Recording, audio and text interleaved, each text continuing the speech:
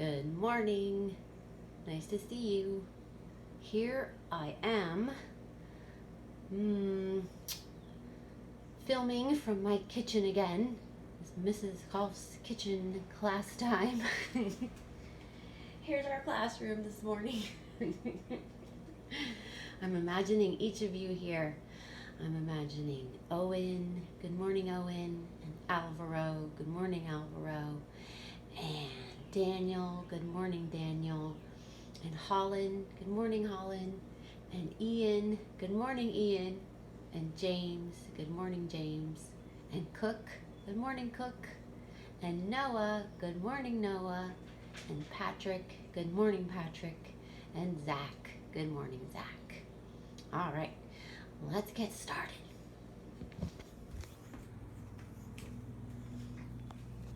Okay, I wanted to start this morning off with a new poem. You did great on the worm. So this one is called It's Dark in Here. I will put this in an email to your family, but here's my version. It's Dark in Here by Shel Silverstein. I'm writing these poems from inside a lion, and it's rather dark in here. So please excuse the handwriting, which may not be too clear. But this afternoon by the lion's cage, I'm afraid I got too near. And I'm writing these lines from inside a lion, and it's rather dark in here. I found this picture of a lion in a magazine.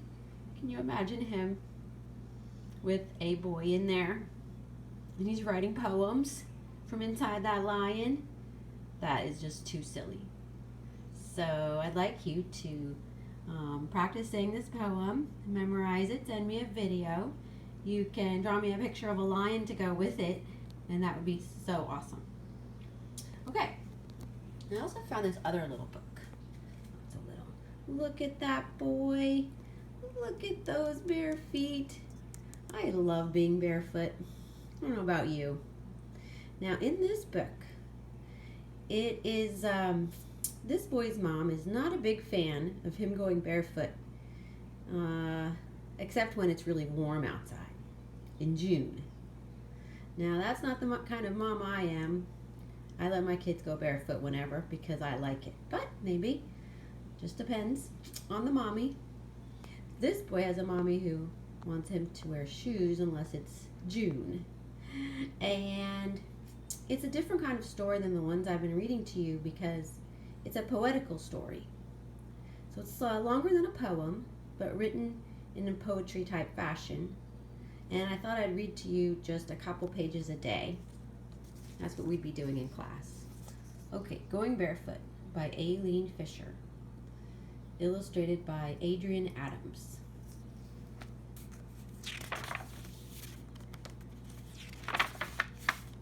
There's a lot of beginning pages. Ah, look at these footprints. We've got a deer, a bird, raccoon, skunk, dog. Look at the snake. Let's find what it says about the snake. A snake crawled here. It's a different kind of footprint. Cottontail rabbit. This is front and back feet. Look at the difference in size. A cat. And hey, it says my. There's a person. Probably a boy like you.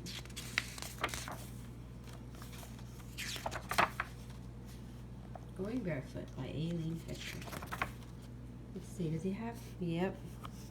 Looks like he's got shoes on there. Sorry, that's too close. Or are those ice skates? He's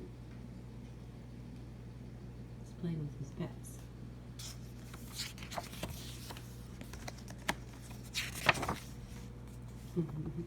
All right, here we have the first part. Goes like this. How soon is a morning in June, a sunny morning or afternoon in the wonderful month of the barefoot moon. I can go barefoot like kittens and dogs, bears and beetles and hoppity frogs, as soon as it's June. March is too early and May still cold. Not for my nose, but for toes, I'm told. Would you go barefoot in the winter like that? I might dash outside. And look at these guys. He's envious of them. They get to go barefoot all year long.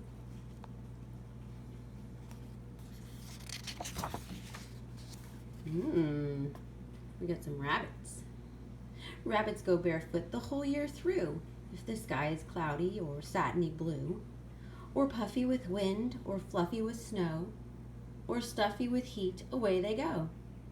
They never wear slippers with straps or zippers. They never wear shoes with laces.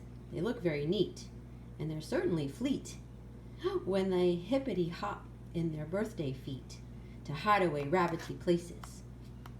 In grass, alas, whenever they pass, you can't see their footprints showing, but over the snow when they come and go, their tracks show coming and going. Oh, I love these pictures. Look at that little rabbit. Can't see their paw prints or tracks in the grass, but looky here. Oh, there are some tracks in the snow. All right, I'll read you more of that tomorrow. See you tomorrow, Mr. Lion. All right, I wanted to follow up with you on how the lima bean germination project is going. I checked on my lima beans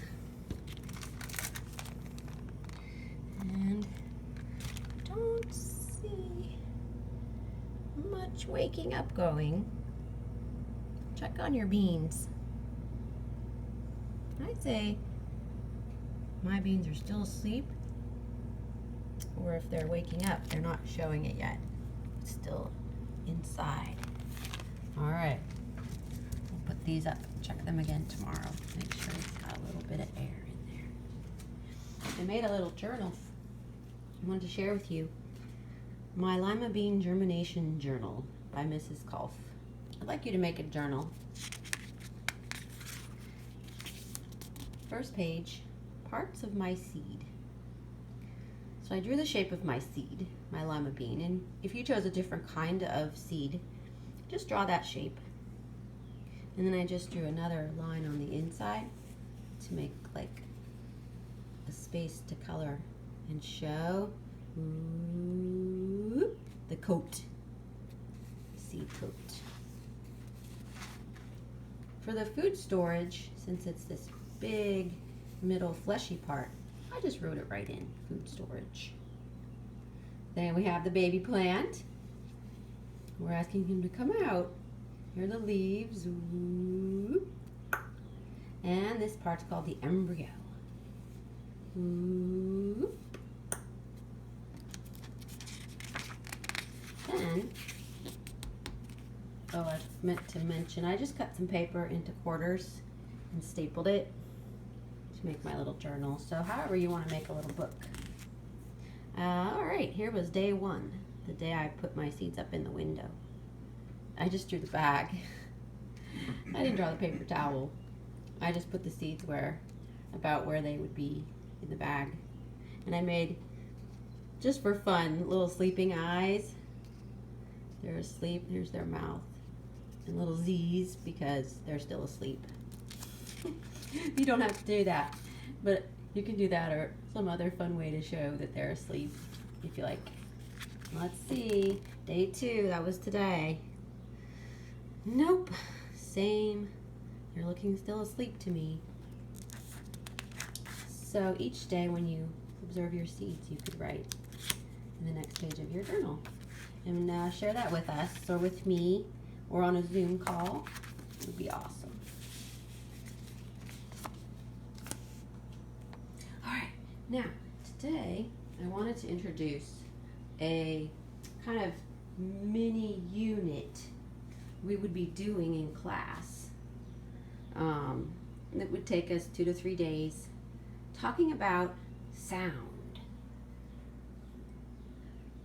And instruments that make sound. And the last part will be to enjoy this story together, Peter and the Wolf.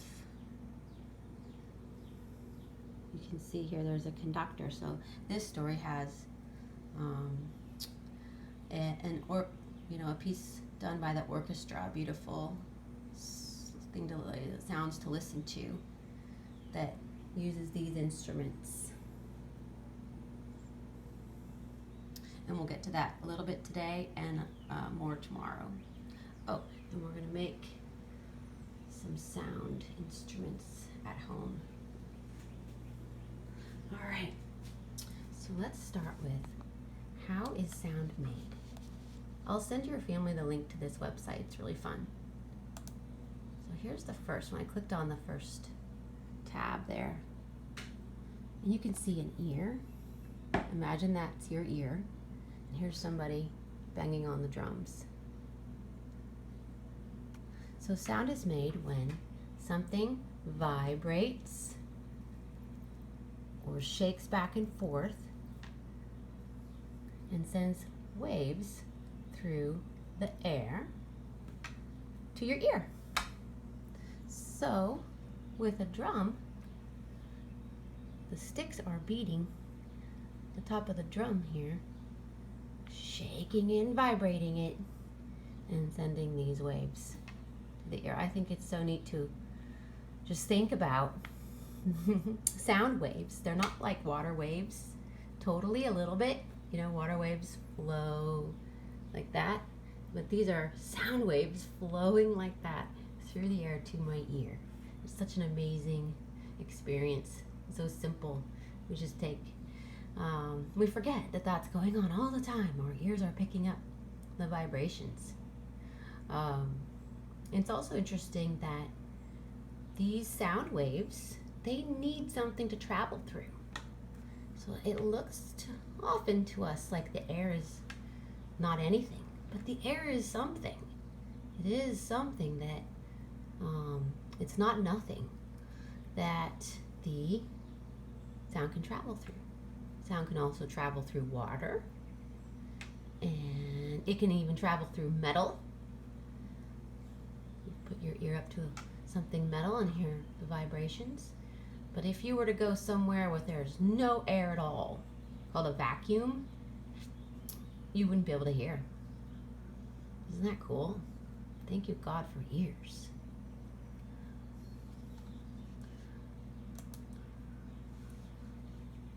All right, now what kind of things make music? Here we have a violin, some drums, a flute, water chimes,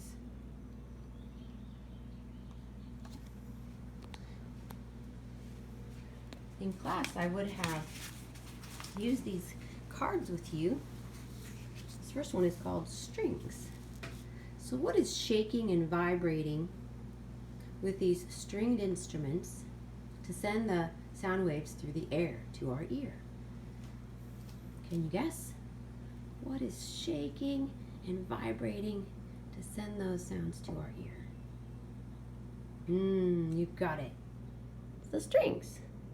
It's a little hard to see. The strings stretch here, and here, and there, and there. And on this cool instrument, a harp, lots of strings to strum. So these are the stringed instruments. Violin, cello, bass cello.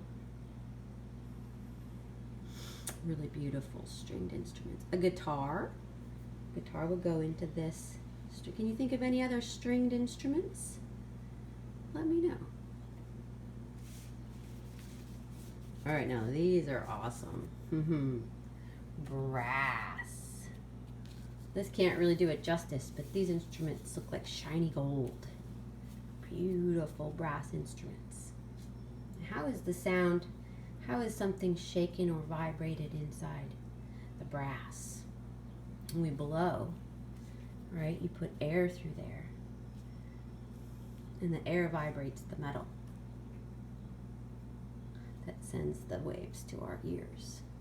So we've got the tuba. Look at all those pipes. The horn, I think this is called the French horn. Look at all the, wow. So you breathe in through here, and the sound has to go through all these pipes to get out. Trumpet, breathe in here. The trombone is exciting because you actually slide this piece back and forth while you're playing. You breathe in there, and then it's got this slider to help the sound come out how you want. Nice. Ooh, now we have, this group is called the woodwind. So when you put your mouth, let me see if I can find the right ends. On the end here, you're actually blowing over a little piece of wood in there called a reed. And then you're shaking with the wind from your breath and the reed shaking out the sound to travel to your ear, coming out these holes, or maybe the end. I forget exactly how the bassoon works. Then we have an oboe. I'm breathing in there. And there's a reed. It's a little piece of wood, specially made for the woodwind. So the wood, the reed, the wind is your breath. Clarinet and flute, the most known, most common one for us to have experienced. I hope you can think of if anyone in your family has an instrument that they play. Maybe you have an instrument that you play. Which group does it fit into? What makes the sound? Waves. All right, the last group, percussion. So that would be to pound on something, right? Like drums here, pound, pound, pound, and that's making the vibration, shaking that piece of, I don't know what it's called, a canvas, maybe it's kind of leather that's stretched over that you're pounding on. Ah, the cymbals, you clang them together. So you're pounding two things together, and that's sending the waves. Xylophone, you're pounding on the keys. The drum, and hey, look, piano. Because the piano key, when you press it or tap, is actually tapping a little drum. All these have little drums in the back that they're pushing on. So that's why piano goes in a percussion group. Super cool. Alright, so what I would like you to do, once you check out this cool website, this part here. I wanted to show you the echoes too. So the sound, when the sound waves hit something here like a brick wall, then they can reflect back to your ear, kind of like a boomerang. That's pretty cool. So the next step is to make your own instrument. I made a couple here. Just kind of rough examples. I took a Cheerio box and I cut out a hole, heart-shaped hole. And I'm just going to make a box guitar, which would be what? Which kind of instrument would that be? Percussion, woodwind, brass, or, yeah, you got it, strings. And I just put some craft sticks here to represent that piece on a real guitar. And then I stretch these rubber bands around the box.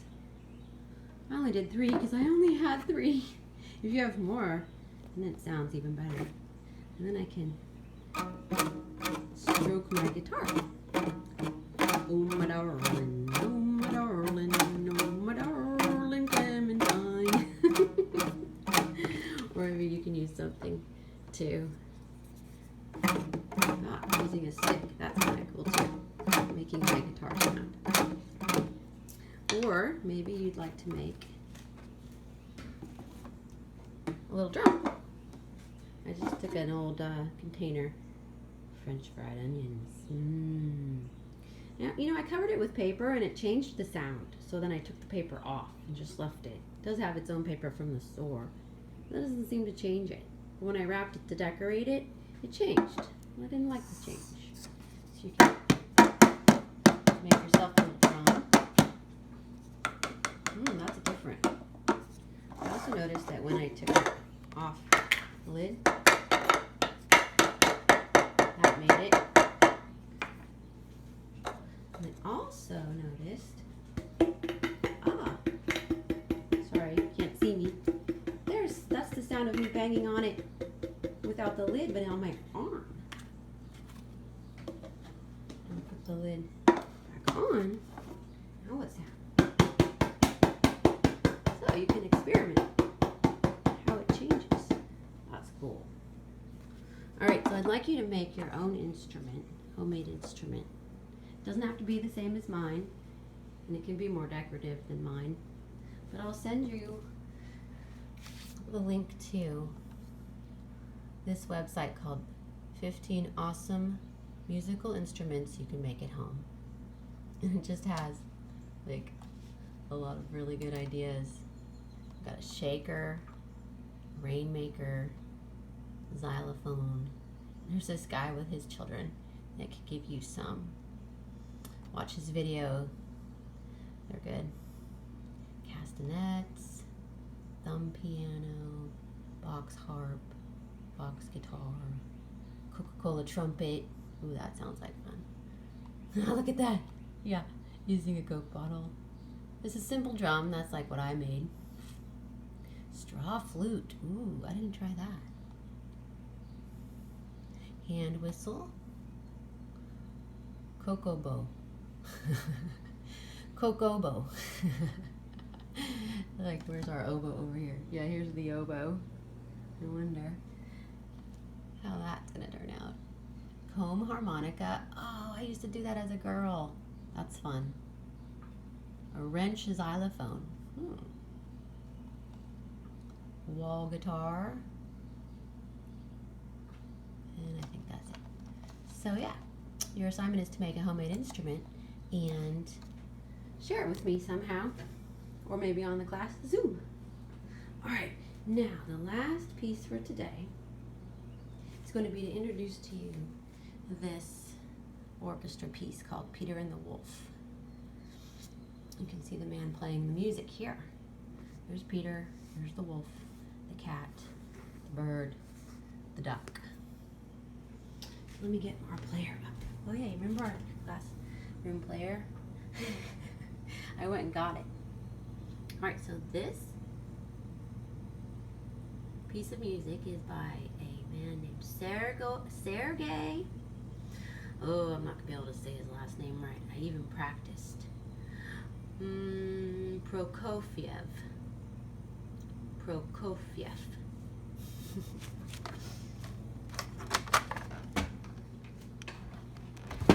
All right, now while you're listening to this piece, I'd like your family to print you a copy of this worksheet that I will send in a file, a scan file, because we're going to start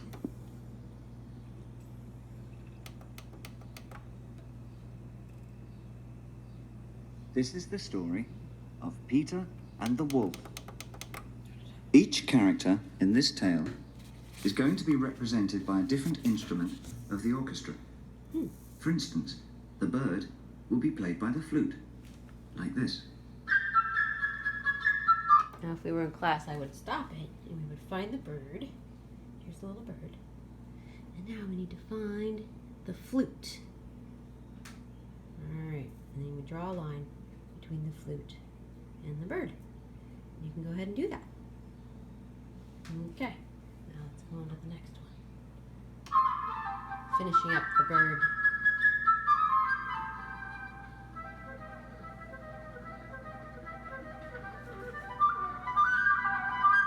Nice. Here's the duck, played by the oboe. All right, so let's find the duck. Where are you, little duck? Oh, here he is. He's in a shot. He's in shot, like a silhouette. That's cool. Now, it says it's the oboe. Let me just make sure. The wind ones are hard for me.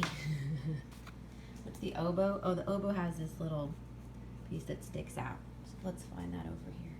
Is this it? Yeah, there it is. So you're going to draw a line between, or from the duck down to the oboe. You can go ahead and do that now.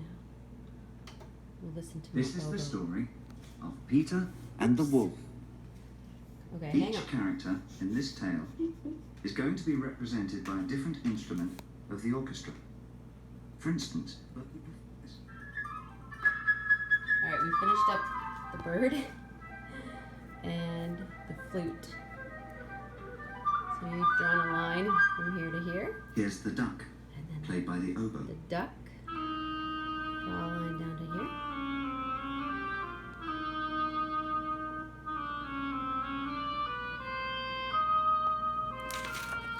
I'm gonna put this on my page. The cat, Pause. I think this will be better. There. On my refrigerator. There we go. Okay. Now it said the cat. Where's our cat? There's our cat. Let's find out where to draw the line. by the clarinet. Clarinet. Alright. Clarinet. Looks like this. Okay. Which piece looks like our clarinet? I'd say this one up here. Right. So you're going to draw a line from the cat to the clarinet. Okay. There's the clarinet.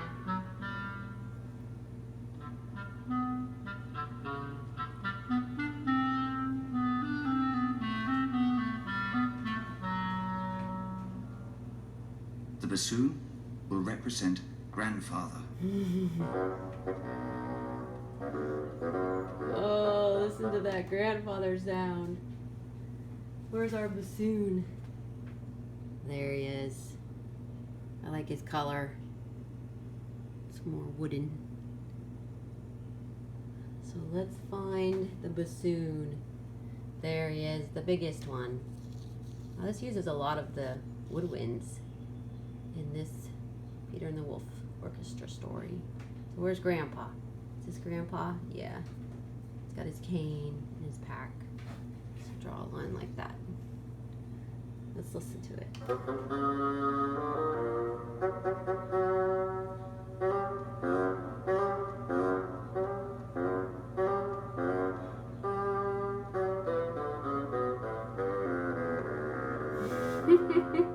I love that one.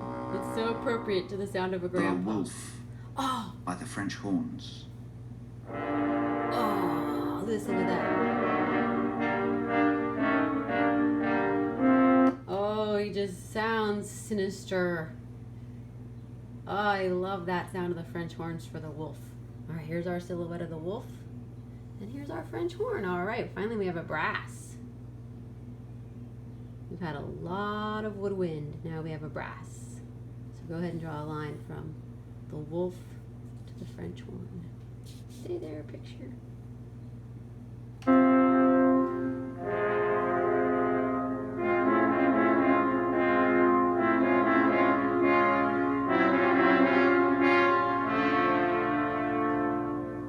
And Peter by the strings. Oh, it's so playful. Playful boy sound. Where's Peter? There he is. Hi, Peter. And he gets the strings. Just all of them. The cello, the bass cello, the violin.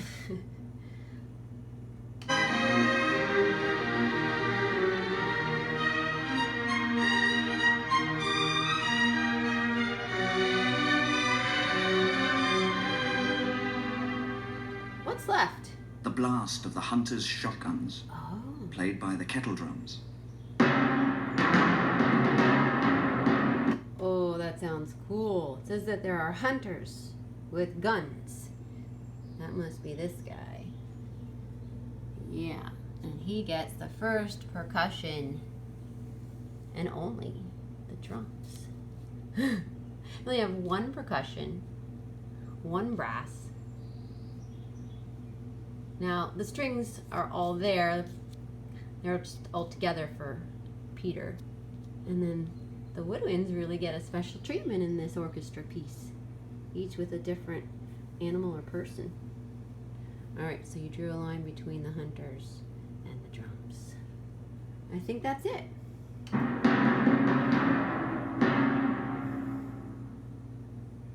Are you sitting comfortably? All right, so tomorrow I will play you the piece and read this story with you to follow along. And there'll be a coloring page for you to do as you listen. All right. Well, that's a lot for today. It's a longer video than I usually do, but it's gonna be rainy today, so there's a lot to do, keep you busy, and let me know how it goes. Take care. Bye.